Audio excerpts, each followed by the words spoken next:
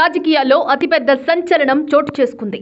BRS working president మాజీ మంత్రి కేటీఆర్ పై case నమోదైంది. ప్రభుత్వ నిధులు దుర్వినియోగం చేశారంటూ ప్రివెన్షన్స్ ఆఫ్ కరప్షన్స్ కింద కేటీఆర్ మీద ఏసీబీ కేసు నమోదు చేసింది. 13(1)(a), 13(2) పీసీ యాక్ట్ కింద ఏసీబీ కేసులు నమోదు చేసింది. వాటితో పాటు 409, 120B సెక్షన్ల కింద కేసులు నమోదు చేసింది.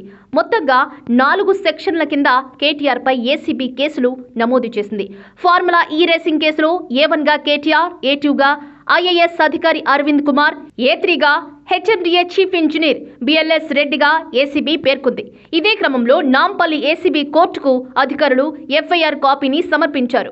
మాజీ మంత్రి కేటీఆర్ మీద పీసీ యాక్ట్ కింద కేసు నమోదు చేసినట్లు కోర్టుకు ఏసీబీ అధికారులు తెలిపారు.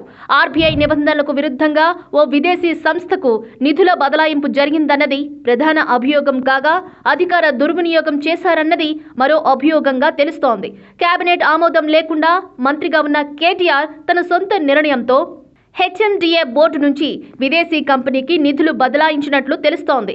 కేటీఆర్ ఆదేశాలతోనే డబ్బులు చెల్లించినట్లుగా హెచ్ఎండిఏ అధికారులు కూడా ఇప్పటికే వెల్లడించిన విషయం తెలిసిందే.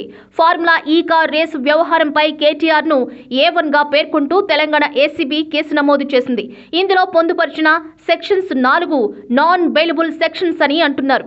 దీంతో కేటీఆర్ అరెస్టు ఎప్పుడుండొచ్చు అనే చర్చ మొదలైంది. ఈ నేపథ్యంలో శుక్రవారం కేటీఆర్ను అరెస్టు చేసే అవకాశం ఉందని అంటున్నారు. దీంతో ఈ విషయం తెలంగాణ రాజకీయాల్లో తీవ్ర సంచలనంగా మారింది.